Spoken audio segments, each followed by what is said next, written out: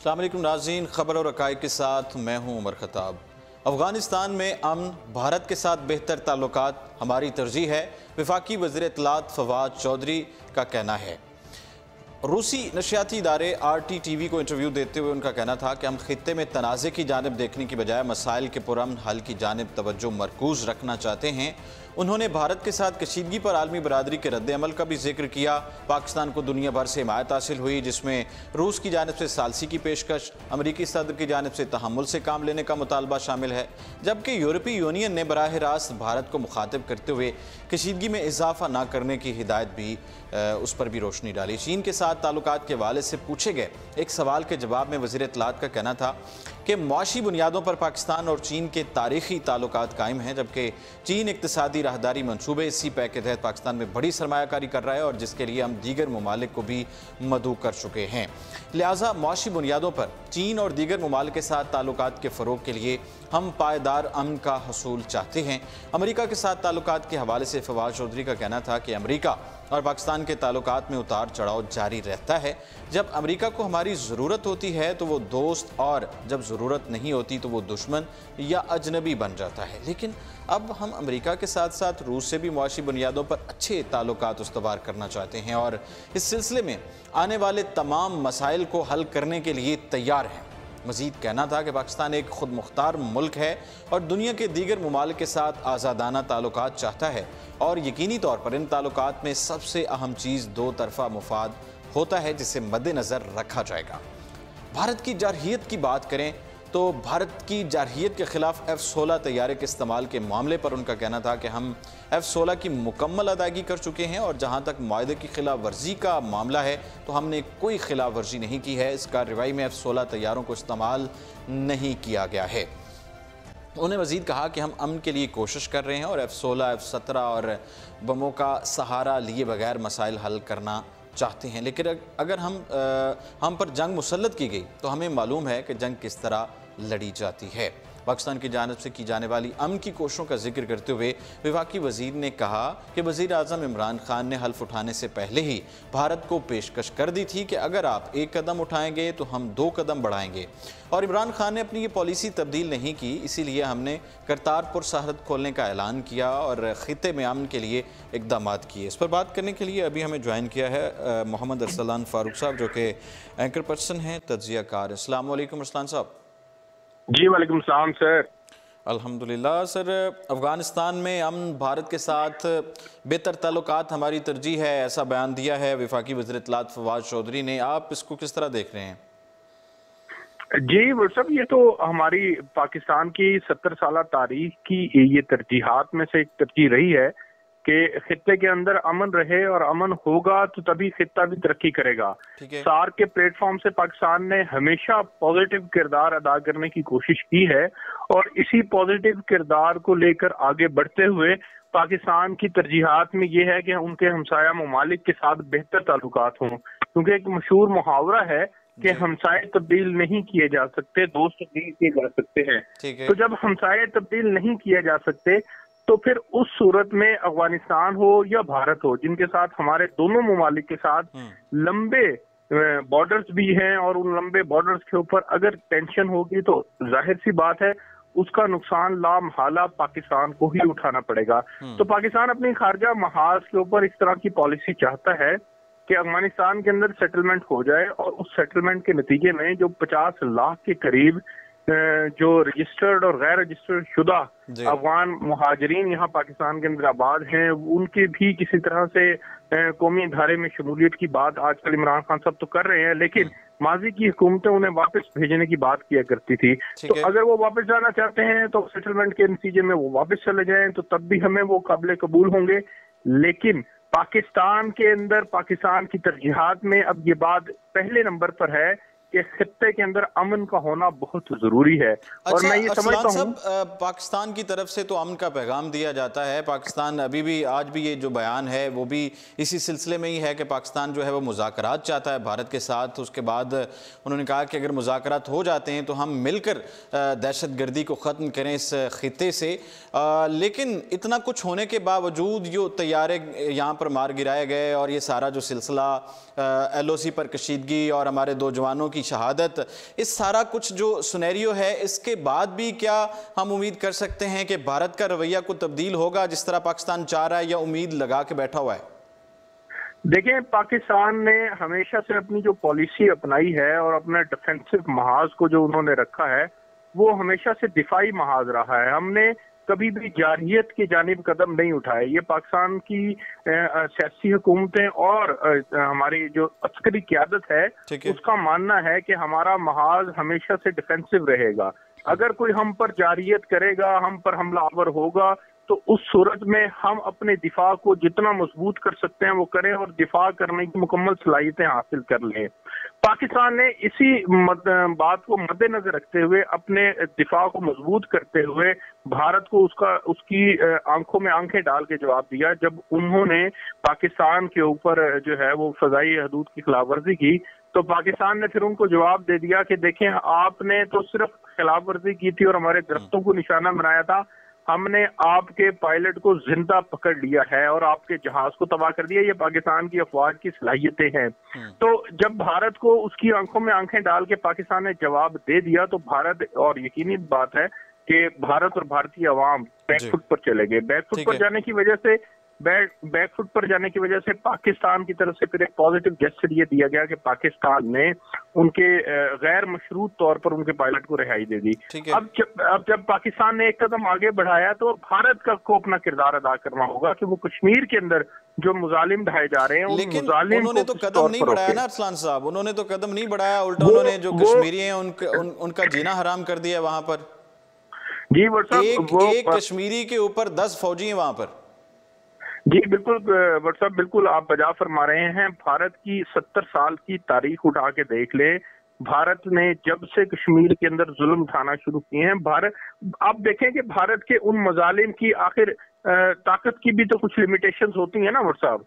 दुनिया अगर इस वक्त कश्मीर की तरफ मुतवज्जे नहीं है, यूएन ने अगर अपनी आंखें बंद कर ली हैं, अगर सिक्योरिटी काउंसिल ने अपनी आंखें बंद कर ली हैं, तो इसका ये मतलब नहीं है कि कश्मीरियों को उनके हकूक नहीं मिलेंगे। बहरहाल पाकिस्तान उनके हकूक के लिए जद्दोजहद करता रहेगा और कश्मीरी खुद भी अपने हकूक के हसूल के लिए और अपने फंडामेंटल राइट्स के लिए जो जद्दोजहद कर रहे हैं, उसको अगर इसी तरह से कंटिन्यू रखेंगे तो एक वक्त ये याद रखे व्हाट्सएप, वो दूर नहीं है जब पाकिस्तान और आप और मैं और हमारी आवाम अपनी आंखों से इस कश्मीर की आजादी को देखेंगे, और यही भारत जिसको आज अपनी ताकत के ऊपर नाज है, उसको एक दिन पसपाई इख्तियार करनी पड़ेगी।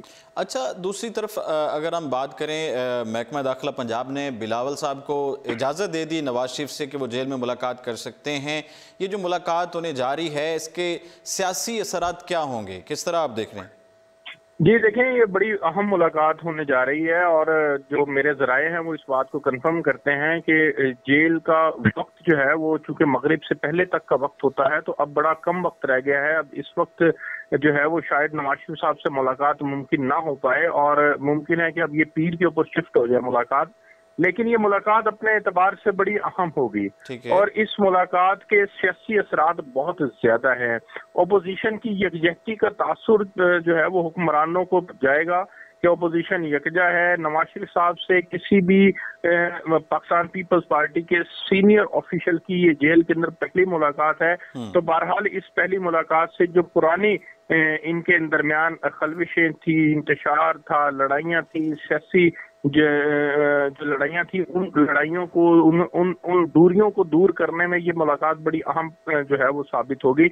एक पुल का किरदार अदा करेगी, संगे मेल साबित होगी और इसके असरात आपको पार्लियामेंट के अंदर नजर आएंगे जब अपोजिशन की दोनों बड़ी जमातें पाकिस्तान मुस्लिम लीग नून और पाकिस्तान पीपल्स पार्टी जब हुकूमत के खिलाफ यकजुबान होंगी, तो उस यकजुबानी के अंदर आपको फिर कई ऐसे मौके नजर आएंगे जिन मौकों के अंदर मौलाना फजलुर रहमान साहब का जो मौकफ रहा है कि हुकूमत को टफ टाइम देना चाहिए और उनकी ये पहली ख्वाहिश भी रही है और वो भी इस मुलाकात के अंदर जो है वो एक किरदार के तौर पर जो है वो बैकडोर डिप्लोमेसी उनकी भी चल रही है कि उन्होंने बहरहाल कोशिश की है कि दोनों जमातें करीब आ जाए।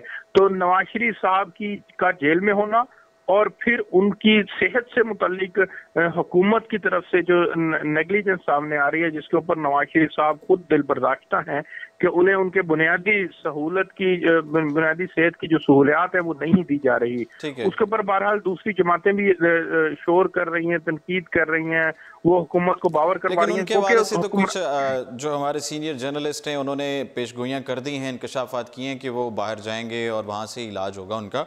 तो मरियम नवाज साहब भी काफी सरगर्म हैं, मरियम नवाज साहब भी काफी सरगर्म हैं उनके हवाले से। बट साहब मैं थोड़ा सा इसमें अर्ज करता चलूं कि ये तासुर जरूर मौजूद है कि नवाज शरीफ साहब का इलाज बाहर होगा। पाकिस्तान में उस तरह की एंजियोग्राफी करने के लिए टेक्नोलॉजी अवेलेबल नहीं है, डॉक्टर्स को हिस्ट्री मालूम नहीं है और इस तरह की कई बातें की जा रही हैं।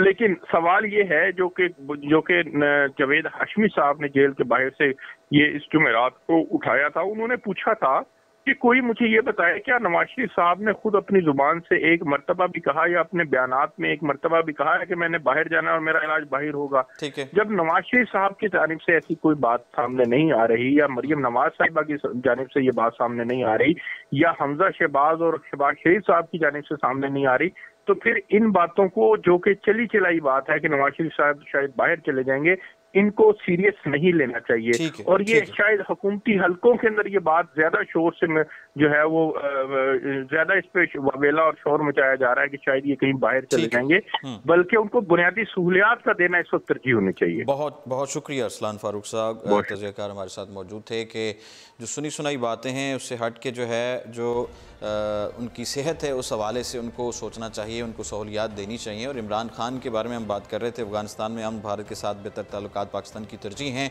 इमरान खान साहब ने अपनी ये पॉलिसी तब्दील नहीं की, इसीलिए हमने करतारपुर सरहद खोलने का ऐलान किया और ख़ित्ते में अमन के लिए इकदाम किए, लेकिन हमारी कोशिशों पर भारत की जानिब से मुस्बत रद्द-ए-अमल नहीं दिया गया। मज़ीद कहना था फवाद चौधरी साहब का कि अब ये तासुराम है कि भारतीय वज़ीर-ए-आज़म नरेंद्र मोदी इंतखाबात के लिए जंग का माहौल पैदा कर रहे हैं, जिसकी वजह से अमन का रास्ता नहायत दुश्वार होता जा रहा है और इसलिए इन कोशिशों के दोबारा आगाज़ के लिए हम भारतीय इंतखाबात खत्म होने का इंतजार कर रहे हैं। पाकिस्तान और भारत के दरमियान 3 रास्ते मौजूद हैं। 70 साल में दोनों ममालिक 3 जंगें लड़ चुके, मजीद एक और भी लड़ सकते हैं। दूसरा रास्ता एक दूसरे को कमज़ोर करना है। जैसा कि भारत की जानिब से पाकिस्तान में दहशत गर्दी स्पॉन्सर की जा रही है और कुलभूषण से लेकर लतीफ़ मसूद उसकी मिसाल है, हम भी उन्हें कमज़ोर करने की कोशिश कर सकते हैं। लेकिन एक तीसरा रास्ता भी है, वो क्या है कि दोनों ममालिक के दरमियान मुज़ाकरात हों और मिलकर दहशत गर्दी के खिलाफ जंग लड़ी जाए और हम भारत को इसकी पेशकश कर रहे हैं। इससे ज़्यादा हम क्या कर सकते हैं। मज़ीद उन्होंने कहा कि कश्मीर दुनिया का सबसे ज़्यादा मिलिटराइज्ड रियासत बन चुका है, जहाँ पर 10 कश्मीरियों पर एक भारतीय फ़ौजी तैनात है। ये वो माहौल है जो भारत ने कश्मीर में पैदा किया है, लिहाजा हम चाहते हैं कि भारत हमारे साथ ताउन करे ताकि हम अपने मसाइल हल करें।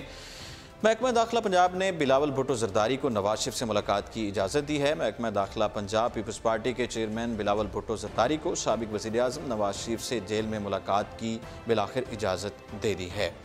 दरख्वास्त मंजूर करते हुए नवाज शरीफ से जेल में मुलाकात की इजाज़त का नोटिफिकेशन जारी कर दिया गया है। एडिशनल चीफ सेक्रेटरी दाखिला ने पीपल्स पार्टी की दरख्वास्त पर अहकाम जारी किए। बिलावल भुट्टो जरदारी के हमरा कमरजमान कायरा, मुस्तफ़ा नवाज खोखर और जमील सोमरू नवाज शरीफ से जेल में मुलाकात कर सकते हैं। इससे कब्ल पीपल्स पार्टी के चेयरमैन बिलावल भुट्टो जरदारी ने नवाज शरीफ से कोट लखपत जेल में मुलाकात के लिए महकमा दाखिला पंजाब को आज दरख्वास्त दी थी, जो पार्टी रहनुमा कमरजमान कायरा ने सूबाई महकमा दाखिला को जमा कराई। बिलावल भुट्टो की दरख्वास्त में महकमा दाखिला से नवाज शरीफ से मुलाकात के लिए इजाज़त मांगी गई थी। दरख्वास्त में यह कहा गया था कि बिलावल भुट्टो आज ही नवाज शरीफ से मुलाकात करना चाहते हैं और peoples party chairman Kot Lakhpat jail में नवाज शरीफ से सेहत से मुताल्लिक दरियाफ्त करेंगे। वाज़िह है कि बिलावल भुट्टो जरदारी ने इससे पहले भी नवाज शरीफ की सेहत से मुताल्लिक तहफ़्फ़ुज़ात का इजहार किया था और हुकूमत से उन्हें सेहत की सहूलियात फराहम करने का मुतालबा किया था। करेंसी स्मगलिंग केस की बात करें, रावलपिंडी की कस्टम अदालत ने करेंसी स्मगलिंग केस में मॉडल अयान अली की मुसलसल गैर हाजिरी पर उन्हें इश्तिहारी करार देते हुए मुलजिमा के असासा जात जब्त करने के अहकाम जारी कर दिए हैं। कस्टम अदालत के जज अरशद हुसैन भुट्टा ने करेंसी स्मगलिंग केस की समाअत की, जिसमें अयान अली की बजाय उनके वकील जबकि महकमा कस्टम की जानिब से प्रोसिक्यूटर अमीन फ़ेरोज़ और तफ्तीशी अफसर पेश हुए। अदालत ने मुलजिमा की मुसलसल गैर हाजिरी पर शदीद बरहमी का इजहार करते हुए कहा कि मुलजिमा को 2 माह का वक्त दे चुके चुके मगर वो फिर भी अदालत में पेश नहीं हुई। अदालत ने तफ्तीशी अफसर से इस्तफसार किया कि मुलजिमा अयान अली की जायदाद की तफसीलात दी जाएँ और बताया जाए कि इश्तिहार मुलजिमा के घर पर लगाया गया था या नहीं। समाअत में अयान अली के वकील ने अदालत से आइंदा समाअत की तारीख तलब की, जिस पर अदालत के जज ने रिमार्क्स दिए कि आप अदालती हुक्म का इंतजार करें। कस्टम के तफ्तीशी अफसर ने अदालत को आगाह किया कि मुलजिमा ने जो पता दिया वो कराची की निजी सोसाइटी का है, जिस पर कस्टम के इंस्पेक्टर ने बताया कि जब मैं कराची गया तो बताया गया कि मॉडल अयान अली बहुत अरसे से यहाँ आई ही नहीं है। अदालत ने रिमार्क्स दिए कि मॉडल अयान अली को मुसलसल अदालत तलब किया जाता रहा मगर वो नहीं आई, जबकि मॉडल के काबिल ज़मानत और नाकाबिल ज़मानत वारंट गिरफ्तारी भी जारी हुए। अदालत ने रिमार्क्स दिए कि मुलजिमा की प्रॉपर्टी के लिए सेशन जज कराची को ख़त लिखा जाएगा जो मजिस्ट्रेट तैनात करेंगे ताकि मॉडल अयान का जो फ्लैट है वो फ़रोख्त ना हो सके। इसके बाद अदालत ने मुलजिमा के दायमी वारंट गिरफ्तारी जारी करते हुए मॉडल अयान अली को इश्तिहारी करार दे दिया और तमाम गवाहान को तलब करते हुए समाअत 16 मार्च तक के लिए मुलतवी कर दी है। नाज़रीन, ये था आज का प्रोग्राम और इसके साथ ही उमर खताब को दीजिए इजाज़त और आप देखते रहिए उर्दू पॉइंट।